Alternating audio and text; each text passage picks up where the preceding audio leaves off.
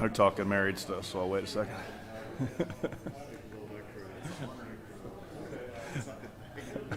I know, right? All right, we'll call the meeting to order.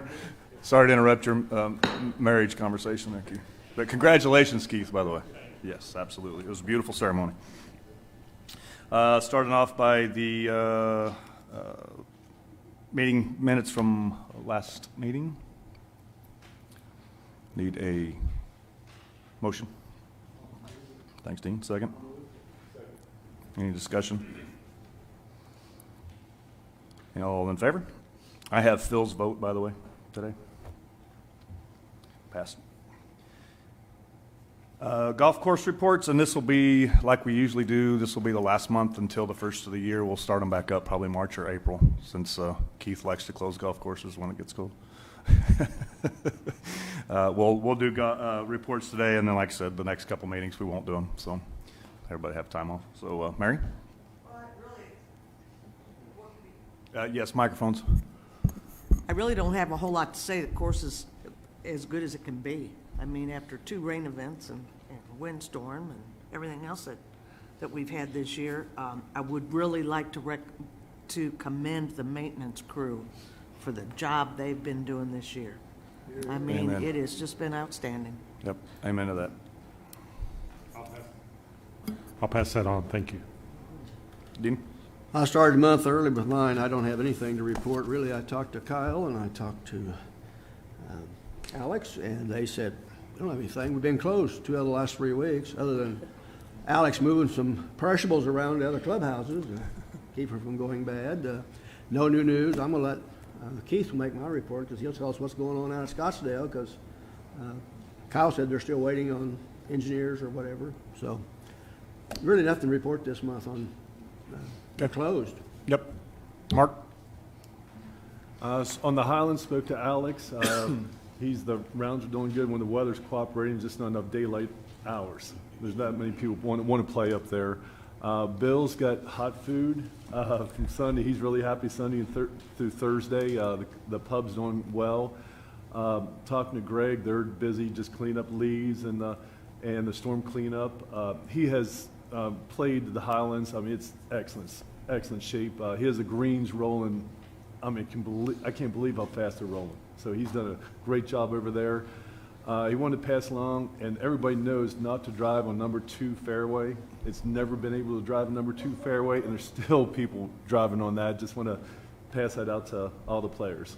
But everything else looks great up here. Yep. You can't even What? walk on number 2 fairway. He's How could you drive? Saturday, slosh. There's a track going that one track going this way, and I mean, it's never been allowed. But he said there's people still driving. What kind of hot food does he have? Do what? What kind of hot food do they have? They've always had hot dogs and brats. They have. It's coming from Lake Point. They bring it over around 3 o'clock. So each day is going to be a different type of food. So he might have to post what they're going to be serving from Lake Point or bring it over. That might be a good idea, so they know what's serving there. So, but it's one thing every I think 5 days a week. How have the TV's been working out? Oh, great! He has NFL ticket up there, and Bill's happy. He's surrounded by TVs up there, and he's got hot food, so they're doing well. So people are utilizing the facility. Yes. Good. Yes. I believe Tommy has plans to put on Facebook what the meals will be. And obviously we'll put it in Dining Update too when we know it. That comes out every Monday in case nobody's signed up for that. Good. Thanks, Kim. Thanks, Mark. Thanks, Kim. Gary? Tanya, well, we've been a little affected by the weather as well, but we're on the winter schedule now, which means 8 to 5 time, and Monday, Wednesday, Friday on mats, Tuesday, Thursday, Saturday, Sunday on the lower level grass. Everything is in good shape out there. Talked to Hillary. She said that the hard sales are pretty close to budget, which I was just wondering how much revenue that we actually generate from club sales, and it's doing okay. One thing that we talked about doing, and I've offered to help out if she wants any help, is is promoting the simulator more for the winter time, to encourage lessons during the winter, maybe offer some Christmas special packages that people could buy, 4 lessons for the price of 3 or whatever. I also suggested, and we don't have it yet, but selling time on the simulator to play a course. You know, like go out and play Pebble Beach if they have. But the problem is we don't have Pebble Beach. We don't have anything but a driving range video. So I'm going to talk a little bit about that with Hillary and see what it takes, what it costs to maybe offer that as an option. So in the wintertime, a foursome can go in, we can buy a couple hours of time on the video, play a course.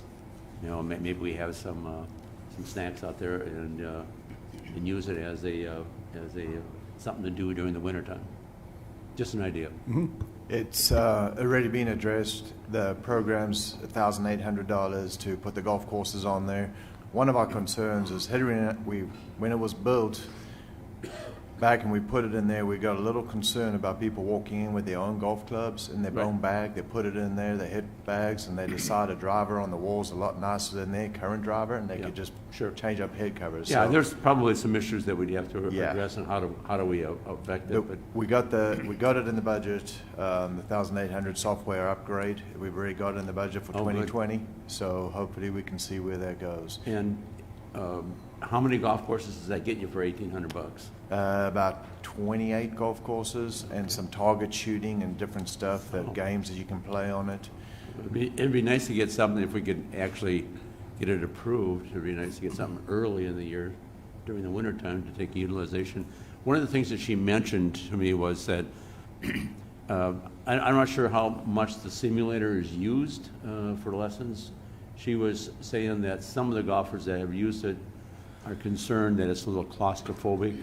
They're tough. They have trouble swinging, although there really is it's more a perception than it is a problem. And so what I was suggesting is maybe we, in the next couple months, we offer some sort of a come and see what you can do in the simulator and try to dispel some of the perceptions that there is a problem swinging, but also make it known to the golfers out there that we do have the simulator. I'm not sure all the golfers in the community understand that we've got a golf simulator there that would be very beneficial to work on your game during the wintertime. And I was proposing that we sell some Christmas packages that a wife or a husband can go and buy and treat their spouse to a series of lessons during the wintertime. So that's it. Go ahead, Kim. Thanks, Gary. That would be a good lead story for the golf update. Since we usually lead with tournaments, we could lead with promoting this simulator.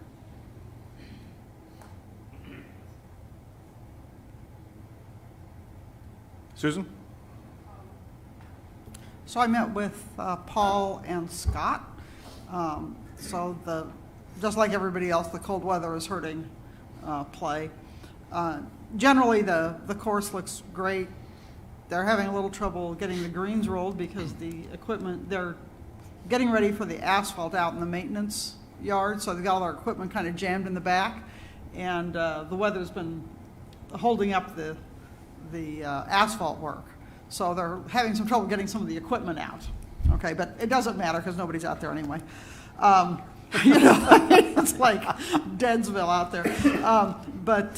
The stack bar is doing well. I mean, even yesterday when it was 14 degrees, we had a group having lunch.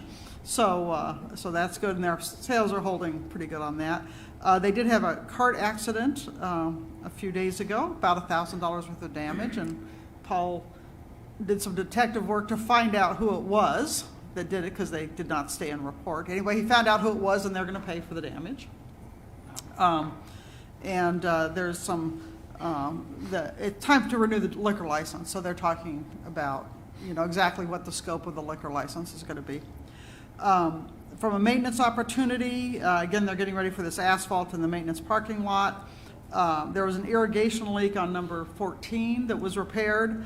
And also, in the second the most recent storm, there's an area out by the number 14 hole that's getting larger and larger and larger, and then it's sort of a new holler starting out by the bridge on number 14.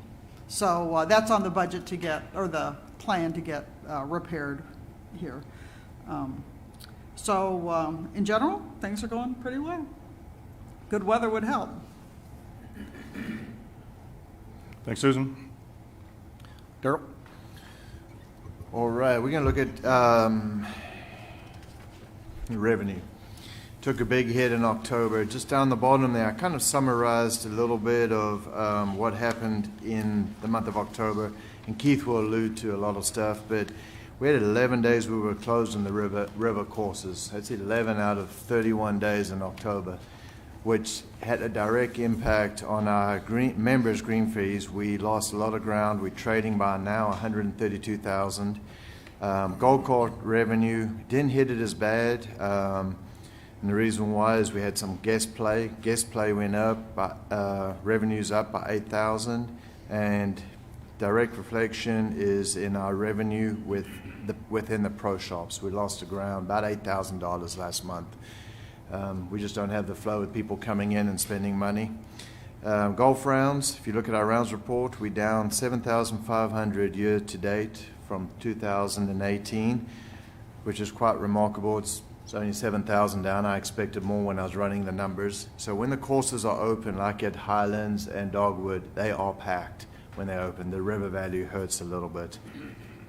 Our member rounds are down 9,000. Non-members are up by 2,200. And like I said, we have a look at the golf courses down. Scottsdale Front Now's been down since October 6th, which hurts a little bit too. We've had to move people around. And then we also had to cancel the fall mixer, weather related. We are looking at doing a spring mixer.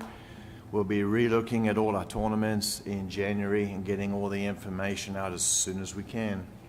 That's about all I got.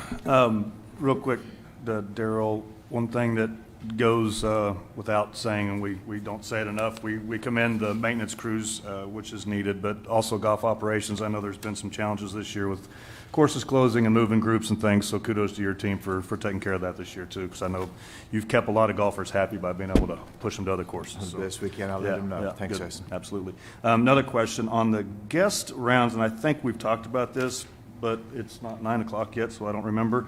Are the guest rounds and guest revenue, does that include tournaments too, or is that just rounds?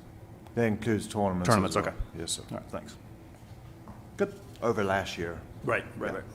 Daryl, I have a question maybe it's for Tom more than you.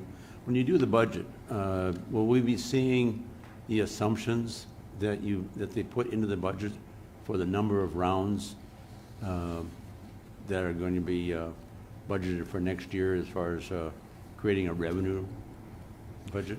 So the budget presentation isn't quite done, even though the meeting is tomorrow. It's almost done. We have a informational sheet for every single department. It talks about the assumptions. We don't go into that level of detail regarding number of rounds, but we are anticipating, like for the past budget, that the number of memberships that we'll sell will be the exact same as previous year. We're not anticipating an increase. For green fees being down $132,000. On the past, so,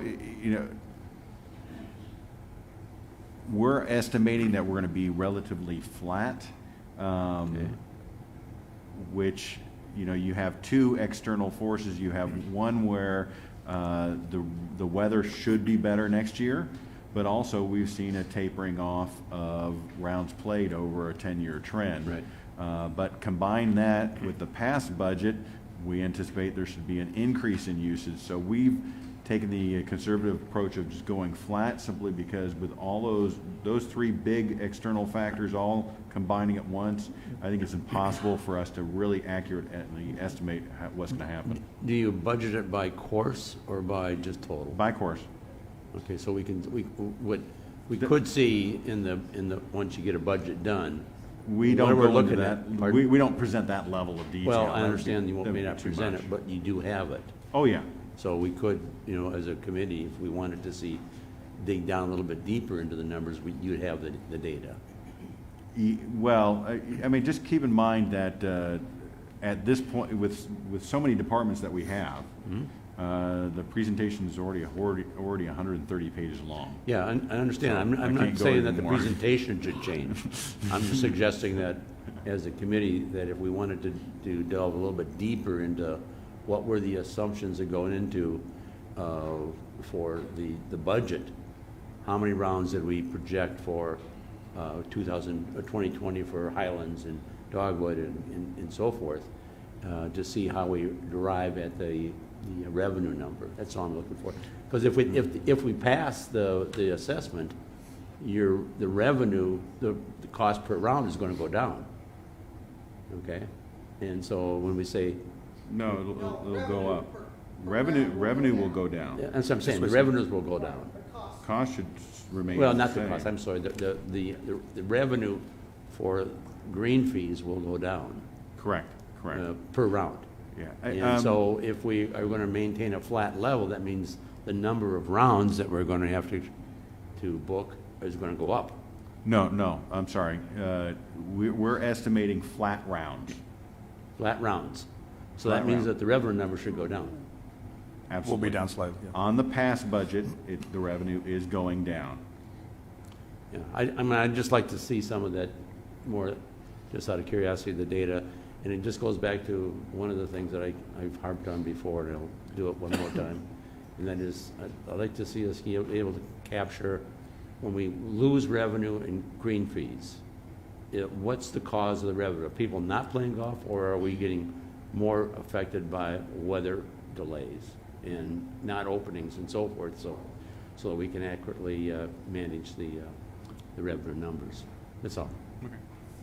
Kind of following up on that, it might be worth, at one of our future meetings, I would guess it would be probably January, that we might spend some time going through the budget line items for golf, whether it's, because it's going to change dramatically whether the assessment passes or fails, right? And it just might be good to do a reset and say, okay, this is what our, just go through the line items for golf in one of our meetings. Yeah, I'm totally fine with that. We just want to make sure we don't get too granular, Right. because, we don't want to micromanage Daryl. No, I But don't- the information's in the budget. If you want to go through the budget, it's all there. Yeah, that's my only point. Again, I'm not trying to micromanage Daryl. I would just like to understand how we derive the budget. And that includes the maintenance side too, not just the sales side.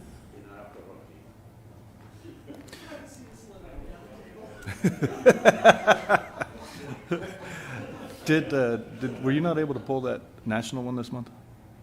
The national green fee? The national one, talking about the weather that we get reports on and we post to the website, it's a week behind this meeting every time. So we put the one on for last month. So if you have a look at the 3 states that the rounds are going down, it is us, Texas, Mississippi, somewhere around there. Those 3 that has decreased, and everywhere else the rounds are up. So to just say we went according to a flat round as far as rounds, and then we adjusted percentage-wise on cost, on the decrease in the different fees. That's how we came up with the budget. Pretty clear. But anytime I've said my office is there, we've tried to get together a couple times, and then we had a windstorm or something happen. So just let me know. Do you want to talk the Veterans Tournament?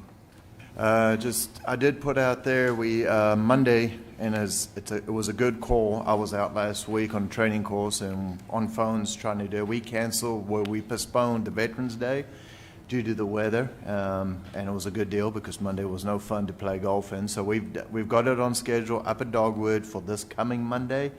That is a 4-person, and it is the Lone Soldier, which is a different format. So if you know anybody that wants to play, we still have it open. Get it in there. It's going to be 57 degrees, fingers crossed, and we're going to have some fun, and we've got some good food afterwards. So that will be for veterans. It's not on Veterans Day, but it's still the Veterans Tournament. We want to keep it going. Thank you. Thanks, Daryl. Kim? Okay. Turn on the magic screen. So as we continue to talk about non-member rounds, and the increase that we have had, there is a tie-in to what we spend on marketing and advertising to promote Golf Bella Vista. And the biggest program that we use is SEM, search engine marketing. So when Jason is hunting in another state and it's too warm to hunt and he wants to golf, he's going to get on his phone and say, golf course is near me. And what will jump up, depending where he is at within the country, will show golf courses near them. Now, what we've decided to do is, besides the Fayetteville DMA, which obviously, you have to go after that because they're so close, we also went after Joplin, Pittsburgh. Joplin's only 45 minutes away, and Pittsburgh's about an hour and 15, and trust me, their golf course is crap, and it's a country club. But we also looked at Kansas City and Tulsa because we know Kansas City is a great area for us to pull people even to live here. And Tulsa, we do an awful lot of advertising in Tulsa and Gulf, Oklahoma, and some other things. So that's the geography, and really what we're trying to do, obviously the end goal is to get people here to play. And your KPI is click-through rates, which I will show you. And I'm sorry if you can't read this. I'm just going to talk to it, basically. We did the program from April through September, $1,500 a month. When you have this many impressions, which is a total of 35,000, you got about 25 cents an impression. Very inexpensive. It's really one of the few programs where you could get that many impressions for such a low cost. And the really good news about this, if you'll jump down to 113, we had 113 conversions. So we had 113 people from the different areas actually call. So when they saw the ad on their phone or on their computer, they clicked call, which is exactly what we want. The click-through rate, the standard within all industries, is 3.17. We're at 9%.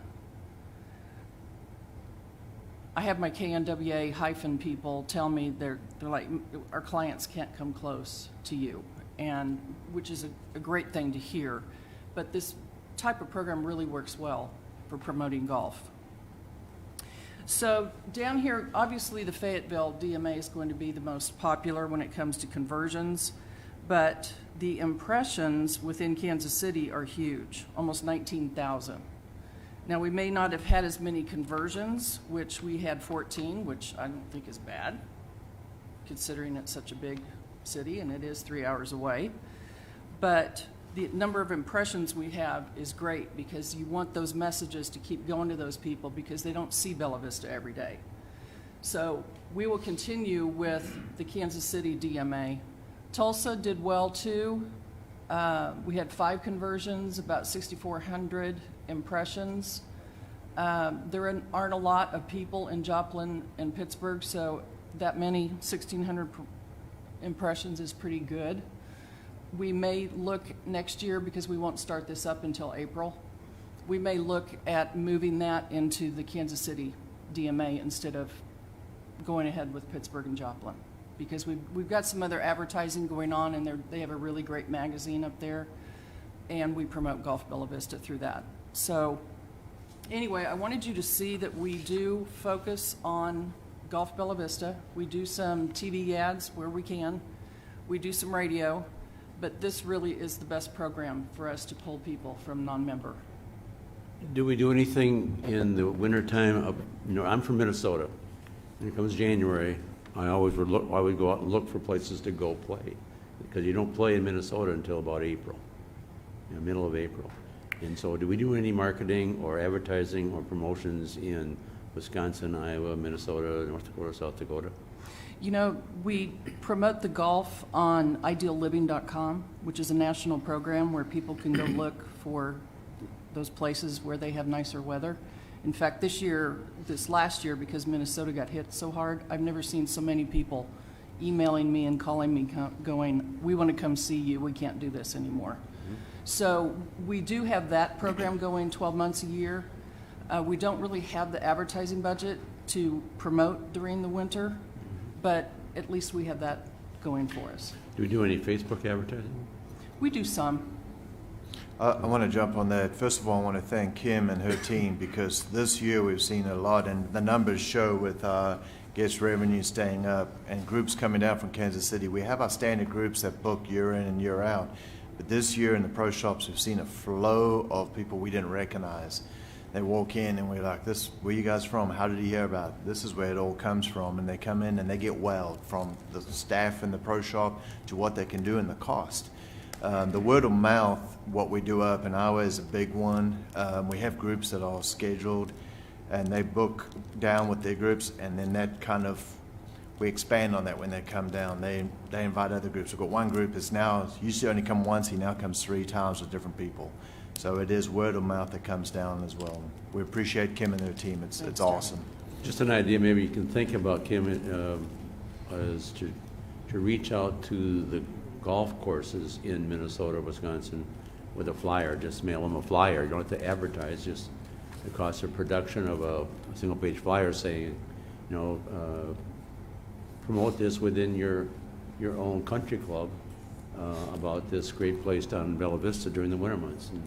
And I think we could do something for a little bit less expensive than advertising in a magazine or Awesome. radio ads or TV ads. Just Great, thank you. Any determination on that TV package we had last year? Will that continue, or will that depend upon our Yeah, we're talking about continuing. assessment increase, or, the one where you buy, what is it, Golf cart. 10 rounds of golf or 8 rounds of golf, whatever it was? Actually, that revenue would be in Daryl's budget, and I would just help implement. I just thought it was fantastic advertising when you're It watching the really is. Masters to see them Yeah. advertising Bella Vista. And during during Final NCAA Four.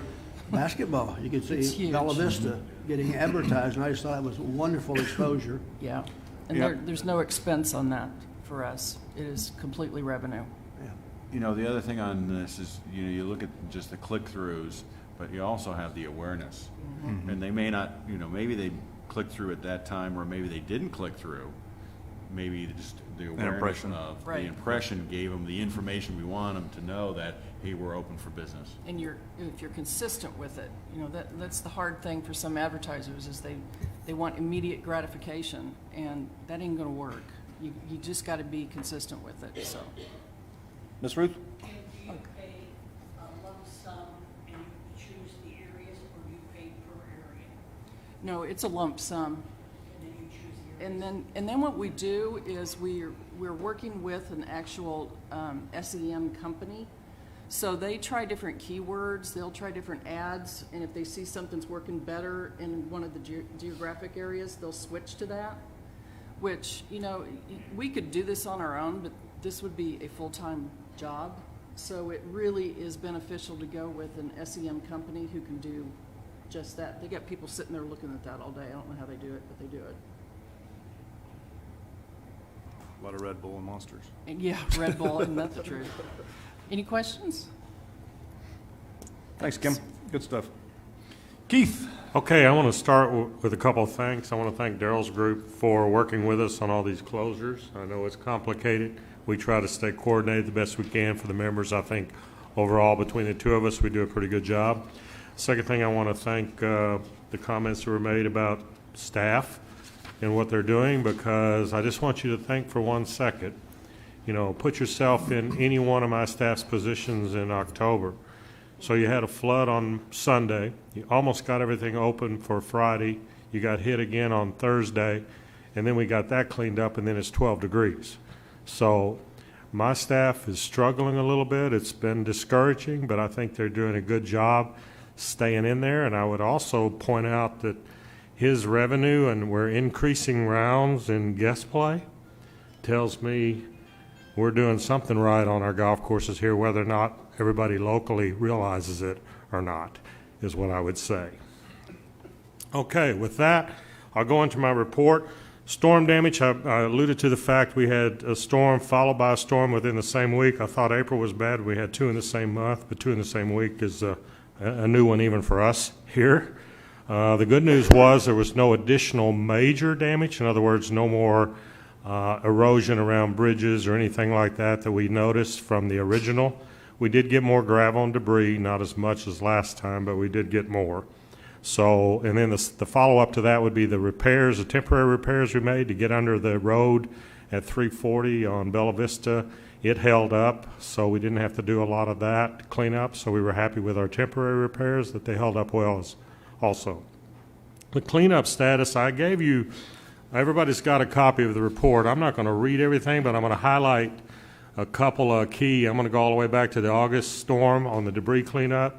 We should have everything hauled out of the last golf course by the end of the week, assuming we can get out there if it's not too wet, and that would be Highlands. Mac is helping us do this. I have been in contact with our grinding company, which is Easterling Timber. They will be moving in this week. I expect to see them today. They will start at the Tanyard parking lot. Because they move so quickly, I don't think we think we have a lot of debris, but they move pretty quickly. We don't feel like they're going to be here more than a couple of weeks, so I need to get everything from Highlands into the parking lot up there at the cell tower before they get here so that we don't delay them and have to pay a move-in charge. So they should be showing up this week, and I would anticipate by the end of next week or maybe a little bit later we'll have the August storm stuff done, with the exception of stumps. We are grinding a few that we can. We are still trying some different things of getting rid of some of the bigger stumps, and with some success. We're not sure exactly how we're going to handle all those yet, but by the end of the winter we feel we will have that solved one way or the other. So that's the windstorm report. The October floods, we've done a lot of the work has been completed, bunker works, things that we had to use outside contractors on. But let me go to the bottom, highlighted, remaining flood cleanup and repair. If you get a chance to go to Scottsdale and look at those gravel piles, it's incredible how much gravel's there, and we have to figure out where we're going to take that gravel and who's going to do that. So right now we've got some additional hazards at Scottsdale, and every time it rains we basically get that. So it's an ongoing issue. The other thing I would talk about is we have a concrete repairs to do on the north end of the low water crossing here on number 11. We're going to work with a local contractor. We're going to go back in with concrete. The asphalt overlay all got washed out. We made temporary repairs so we could get through it, but we're going to work with him to where we can do one section, like the side where the new bridge is first, so that would be closed and be able to go through the low water and then flip to the other side and do it, so we can minimize or eliminate closing that golf course with all the other closings we've had.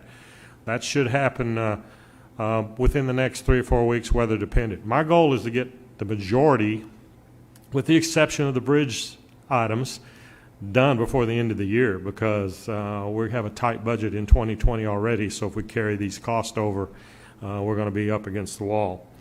There's some riprap repair. Susan alluded to the one over on 14. We have a plan for that will be done in-house, so that minimizes the cost. We also have some riprap repair along the creek on number 5 at Scottsdale, where it's gotten up behind it, but we feel like in-house again, we don't have to get in the water. We can pull that riprap that's there up and re-stabilize it, because if we don't, it's going to be in the cart path on a couple places over there that you can see. So it's an ongoing process. And then the last things really relate to Scottsdale almost completely. Number 8, we got all the piping done for our irrigation. We did the system we talked about on 8, which is a much long-term, better quality pipe, but we have not done a final stabilization on that bridge in the bank because we want to wait till the water's out and see what we're going to do. We have a local contractor that will save us some money. And then on the bridge on 2, we replaced the piping there and rerouted it, but we did not go in with the new pipe because we may have to do something to that bridge, and I didn't want to waste that investment going into it. And pertaining to the 2 bridge, currently we sent some pictures into our engineer at Craft and Tall, the guy that has been doing our work in the past. He is a bridge expert. From the pictures, he told us to close the bridge. So that's what we did. He will be here tomorrow to assess that bridge with his own eyes to verify that being the case. And he will also look at the bridge on 4 to determine whether or not that bridge is safe as well. And then we will move forward with where we're going to go once we know that. But currently, number 2 bridge is closed to all traffic. Mine, everybody's. Then the final thing would be there is a little bit of riprap up at Highlands too we're going to repair. But the biggest issue that's sitting out there right now are the bridges at Scottsdale, specifically number 2. So that is my report on cleanup and the status. So we should have everything done except that bridge work by the end of the year. That would be the goal. So before I go to that last little item there, I think this might be a better time for any questions related to this, if there are any. All right. Well, then the last item is kind of a fun thing. Tom always tells us in staff meeting, because there's a few of us there, like our lakes and fishery guy and me, and then the IT guy, we tend to talk in non-English terms. So I'm going to speak in English. I have the proposal from the U of A to look at this Bluebird deal, and I've read it like 5 times, trying to figure out what all those fancy words mean. But basically what it means is they're going to be studying the bluebird populations, how they're impacted with what we're doing on golf courses. You know, you can compare 9 holes that are open and 9 holes that are maybe open again and 9 holes that are closed. They're doing all that. When the golf course opens, the 9 holes reopen, it will not impact play. They will not have big equipment out there. We work with U of A all the time in turf stuff, so this is kind of interesting to do this with bluebirds. So barring any major concerns, I'm going to let them go ahead and do that work, because I don't know if you're aware, but our Bluebird Society here, we have more bluebird boxes in one community than anywhere in the United States. So it's kind of a plus for us, for people that see that. So we're going to let them do it. I do have copies of the proposal. Her name's Jennifer Mortensen. She's a PhD at U of A. If anybody would love to read this, I would be happy to forward them a copy of it. It's actually interesting. I read it when you sent it to me. It's pretty cool. Yeah. Does that program, I know there's another program, a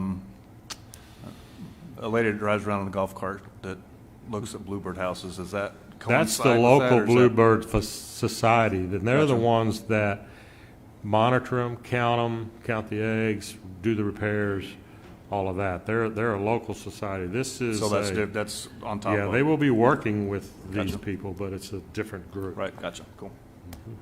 Very cool. So that's my report. Any questions for Keith? Thanks, Keith. I've got one Oh, question for you. sorry, go ahead, Mary.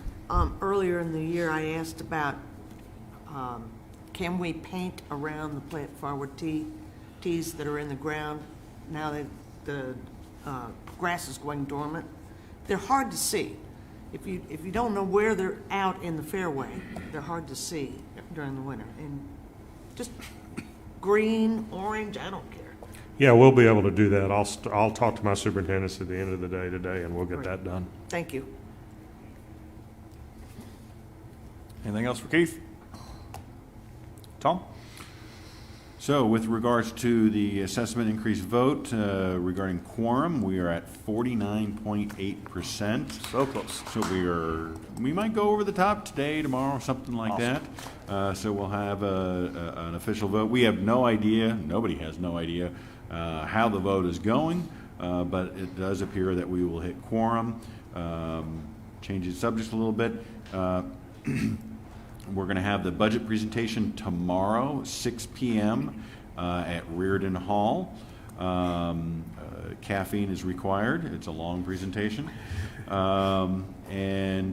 Just so you're aware, you know, in a perfect situation, you would have all the answers when you're preparing your budget. But we have 2 issues that we don't know all the answers on, and that's the Scottsdale Bridge damage. And can we do a quick fix to Burksdale? Will that work? How much will that cost? So those are omissions that I will notate in the presentation tomorrow. You know, but unfortunately, those things didn't necessarily line up perfectly with the budget schedule. So you have to move forward. So just want you to be aware of that. The vote total will be announced. The assessment increase vote total will be announced on November 19th, 6 p.m. also at Reardon Hall. And then the last thing is I want to make sure that we reschedule the tour. We were going to have a tour of Scottsdale. The board and the golf committee have toured Scottsdale to see the extent of the damage. I don't think you can really appreciate the extent of the damage through photos. I think you have to actually see it. And so I want to make sure that we reschedule that. It was supposed to happen yesterday, but it was a little bit too cold. So if we can do that before we get further into winter, that'd be great, because I just think there needs to be awareness within our community of the extent of the damage. I would suggest we try to look at a date next week, maybe after the vote is announced on Tuesday, maybe a Wednesday or something. The weather's supposed to be decent.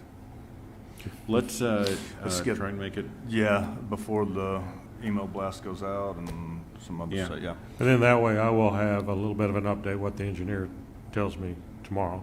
Mr. Weatherman? I just tell Since you you what it canceled is, this I one don't because you predict thought it was cold. Yeah. Yes, it was a smart move on your part. Mary said she was expecting us to have blankets and heaters in the golf carts.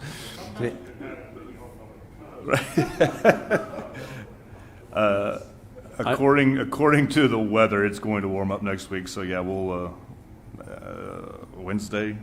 Wednesday's not good for me either, not that I have to be there.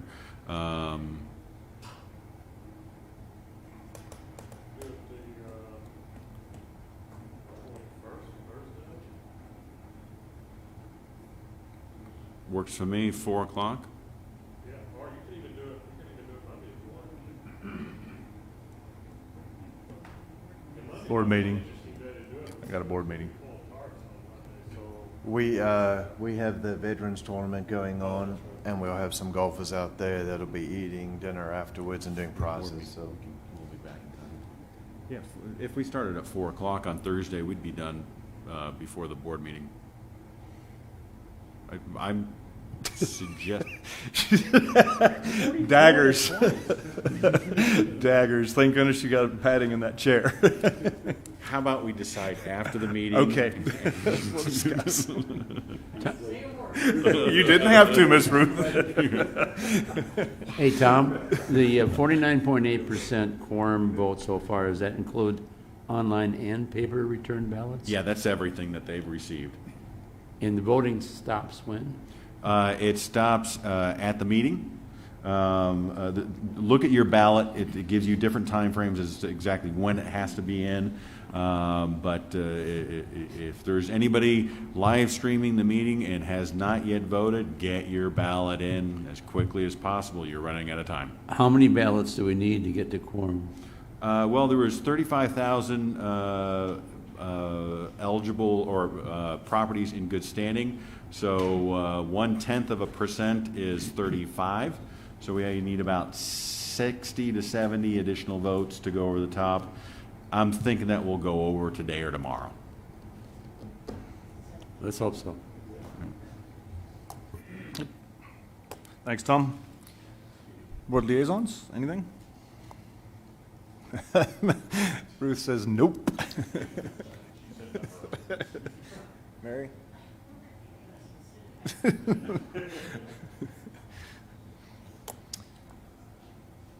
Any comments from our our public, Lynn? One thing we do need to discuss is the handicap flag program. You know, we instated that. We started that last year as a test, or earlier this year as a test. We need to kind of go over that and kind of see where it's at. I know Jerry and Daryl and I spoke a little bit. There's been a handful of people that have abused the privilege, I guess is the best way to say it. So go around the table and just kind of thoughts and just kind of see what we want to do. Well, I personally see the need for it. I think we need to continue it. I think that I think we should go back to the original proposal, and that was with a doctor's note or a handicap sticker plate for your car, and eliminate the 80 years and over. There was so much abuse out there, and when you would, I stopped several guys and talked to them, and I heard the same thing from them all the time. what do you expect us to do? Carry a yardstick, or to measure? And, I mean, they got surly, and it wasn't a lot of fun talking Gotcha. to them. But when you see them driving across the tops of the greens, it's frustrating as a golfer to see that happen, so that's my proposal. Thanks, Mary.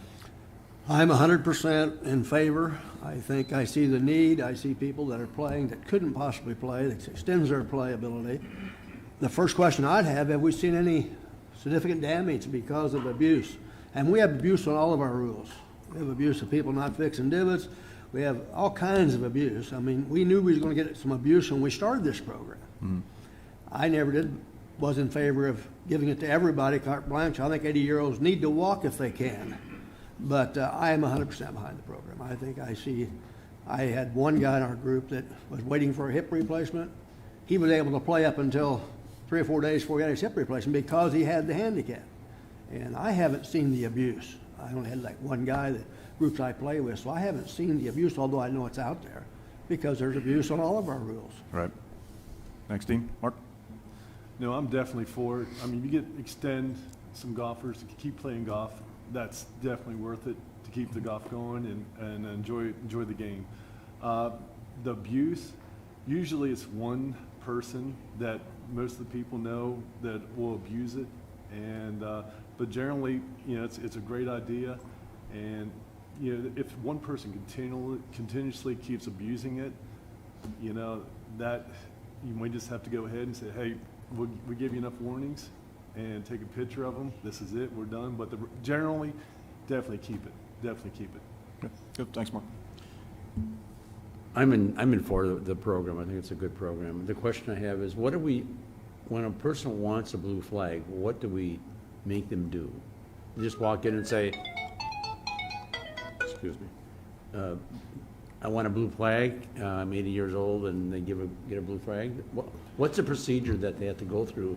All right. When they sign in? I can jump on there. As was alluded to, we put it out there. If you want a flag, you feel like you can't get around on a golf course. It doesn't have to be every golf course, say Highlands, for instance. You got to come into Golf Operations Office.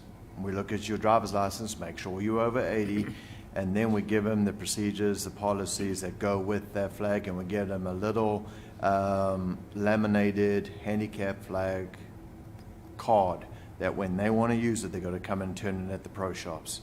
Okay. So we sit down, we go through everything, and on Mary's part, we had 15 full handicap users. We opened it to 80, and we jumped up to about 45 to 50 people. And they have extended, and they all have come to us personally and said, thank you. Instead of just playing once a week, or when their group was scheduled on Highlands, they wouldn't play. Now they can play, and that's where it's So they just show the card. They come in the morning, they show the card, they give the card in, they get the flag. That way we get the flag returned, so we can keep an even distribution at all the golf courses, and we kind of go from there. Just an idea that maybe what we should do is when they get their flag, they also get a little slip of paper reminding them. We do that. What they committed to. We do that. They know what the restrictions are. Well, I understand, but to the extent that the message needs to be a little bit stronger. If you violate your agreement, you will lose your rights to the card, or the blue flag. Just to maybe put a little fear in them. If they screw it up, they are likely not going to get one next time they come out. But just an idea. Susan? Thanks, Gary. So I'm very much in favor of the program. I mean, if we go back to why we really started the program, part of it is really to help not only keep golfers golfing longer, but also to reduce our risk around not being ADA friendly, right? Because there's somebody that goes around and looks for that kind of stuff. So I think it's not only a good idea, it's a wise business decision to do that. In the group I play with regularly, we have quite a few ladies that have them, and again, they would not be playing, without them. So I really appreciated that. I did notice that sometimes, especially on the elevated, when they're elevated greens, the 30 feet is a little difficult if you have trouble walking down hills, up or down hills. So those carts tend to get a little closer maybe than they should, or they park in front of the green, which is kind of irritating for the group behind, right? But I think it's, we can all be patient enough to deal with that. So I'm completely for it. I think it's a great idea. Another thing that wasn't mentioned, I think is really important about this handicap is pace of play. Pace of play can be affected if you have that, because I see these guys that walking off the greens that are, it takes them 30 minutes to get the 30 feet. Yeah. So I think pace of play is really is important for that program. You can. Hang on a second, Tom.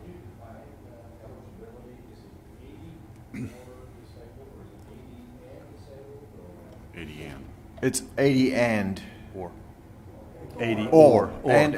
So disabled, if you handicapped disabled, or 80. if you're over 80 and you feel you need one, Jim, come in and get one. If you are handicapped at any age, you can come and get one. That's what we started off first.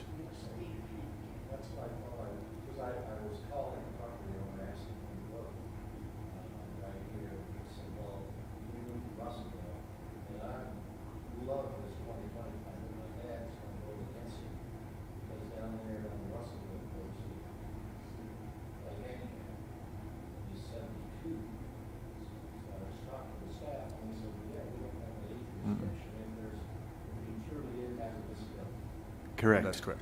And we extend that to our guests too. So we have some guests from Kansas City that came down, and this is something they were unaware of. We didn't have it in play last year.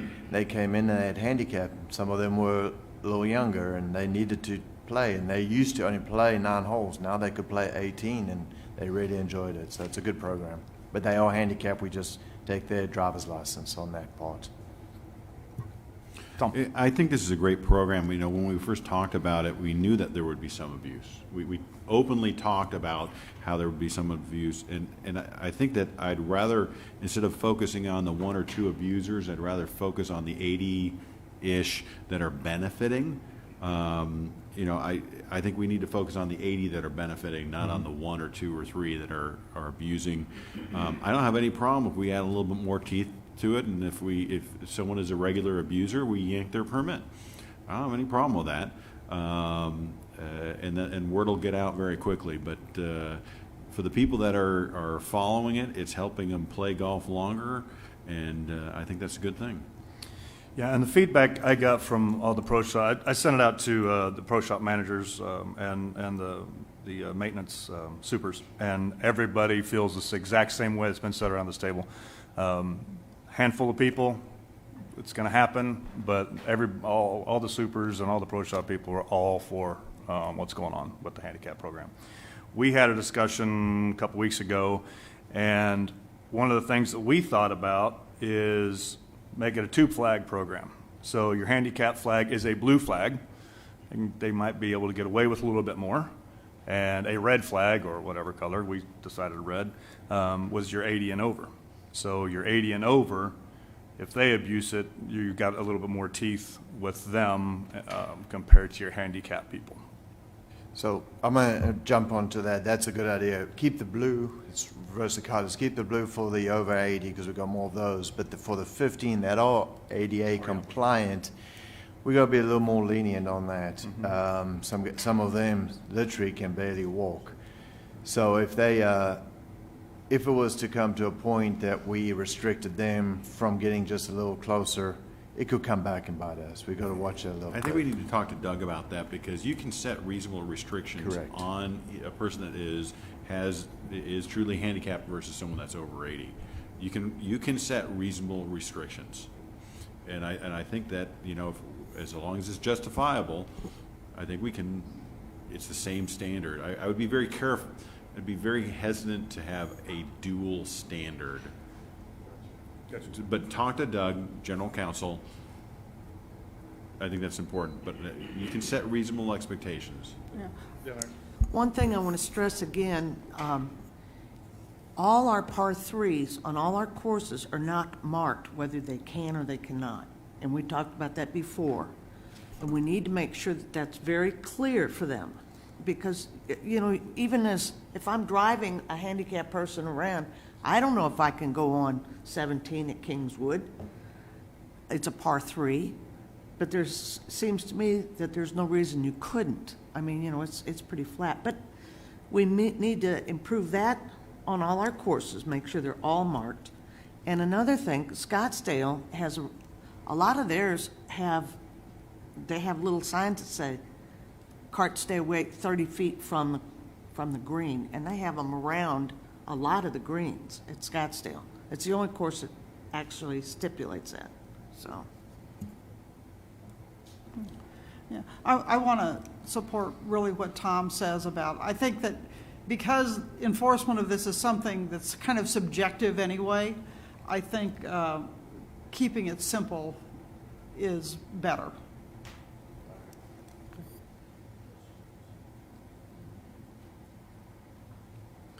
So do we want to table this final decision of how we're going to do it until after we talk to Doug and council? And then we can bring it back up in December, or do we just want to go ahead and? I would Go like to forward. make a suggestion to this board is that we extend it, because right now, we had it in, the test phase ended in the end of October. We now in November. We extended 2 weeks until this meeting. We just said if anybody wants to use it, we can use it. I think we rolled it out through winter, and then we'll discuss with Doug's deal. I am going down to the PGA show, and we've actually got a discussion on ADA compliant and stuff down there that I've already signed up for. So I'm going to find out a little more information, what other clubs are doing, and I think it's really important.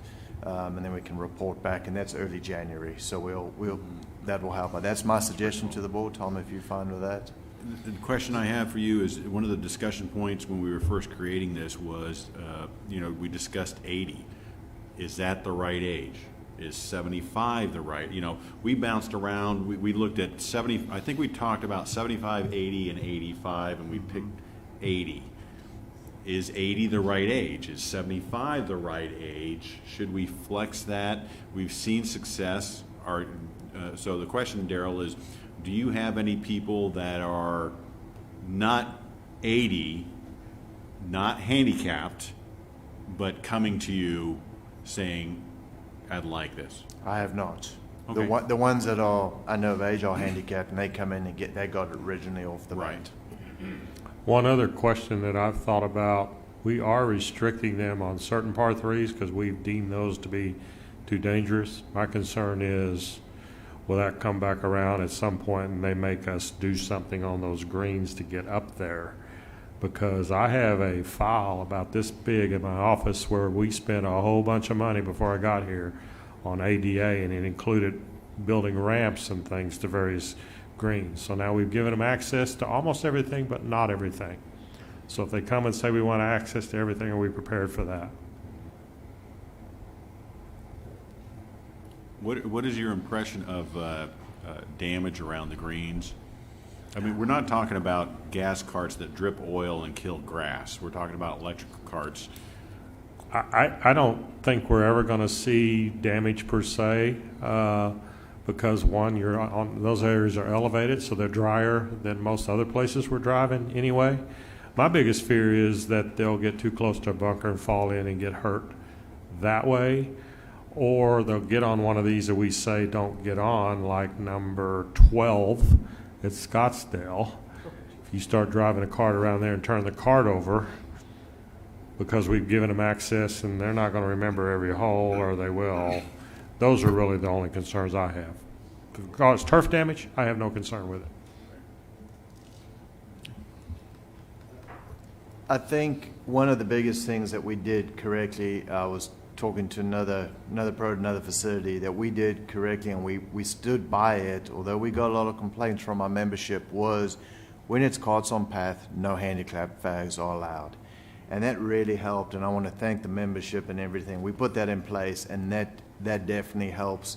They realize that carts on path, you cannot use the handicap flag, and we got beaten up in the pro shops about that, and that definitely helps.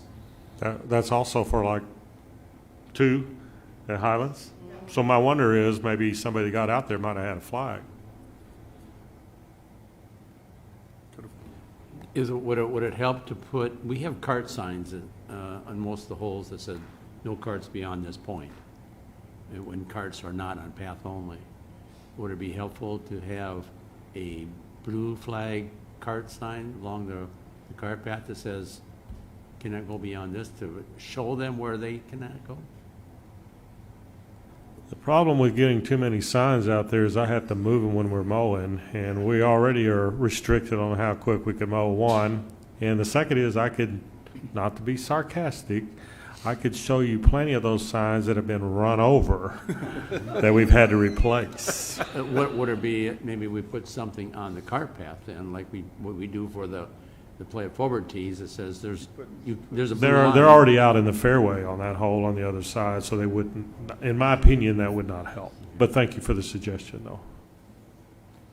You know, Mary, you were talking about how some people were trying to defend themselves, that they didn't know the distance, yet they can gauge 100 yards from the Hit a middle of wedge, the you gotta- fairway and 150 yards, but they can't gauge 30 feet. I don't know if I'm buying that argument. I didn't buy it either. So what do we want to do on handicap flag? Do we want to go, obviously, first and foremost, we need to extend it until we make a vote or until we decide what to do. Or, go ahead, Dean. I'd make that motion that we extend the handicap program as is. For a time frame of, What do you recommend? what, till the first of the year, or just Goes into move it Jan- forward as is? End of January, but I think if we're going to do it, let's do it through the winter program, end of March where we go Right. into summer. Okay. Include that's the end of March. All right, second? Second. All in favor? For Phil? All opposed? Okay. So we'll move, go ahead. So that means that we should put it on the agenda for the March meeting to review it again, so that we can vote and have it, whatever the changes are, in effect for the beginning of April. Either that, or it just covers us until March if we want to do it at a meeting prior to that. Right, yeah, exactly. Yeah, for those of us who do handbooks and that kind of thing, it might be useful to know Oh, yeah, earlier you rather got, than later yeah, for that's that. right. That's true. Okay. Not relating to the handicap program, but I think it'd be wise to get it early on this, proposing to, on putting it on the golf carts or whatever, that we try not to drive down the middle of the fairways in the wintertime, help save our grass until, last year we did it later in the year, but right now would be the time to save that grass. And with all the rocks and the sweeping and everything else, our grass is going to be more challenging this year than ever. So I would suggest right now that maybe we do something about reminding people not to drive down the middle of the fairway. Awesome, Dean. What we got is in all the golf carts, seen as the season has ended and we're moving into winter, the first thing they're going to see right up in front is the 90-degree policy that was drawn up by one of our membership. And I'm going to add it to the golf update for this Friday, just reminding everybody 90 degrees. In fact, let's look after the fairways, because it is, some of the fairways have taken a beating from the floods, and they're stressed, the grass is stressed out. The thing that's interesting to me, when we did the cart restrictions during the winter months to protect the turf, I never was totally confident that on common we would see a major difference until this last year at Scottsdale, because we were covered and closed so much. Those fairways made it through the winter. So it does work. And we will be struggling, like, for example, on number 11 at Bella Vista Country Club, number 3 at Scottsdale, because we've run those brooms across there, but we've effectively taken everything off. And we have more rock there, and this is something that I haven't talked to you about, but we're not going to be able to go back in and do any more work on that till spring when the grass grows. So that may be something that needs to be addressed on several holes, on several of our golf courses through the winter. Ground under repair. Yeah, Trey. Yeah, I just point that some of the groups that I'm in have gone to the mats that we put out there, because every time a lot of the golfers swing, the poor condition that some of the fairways are flooding.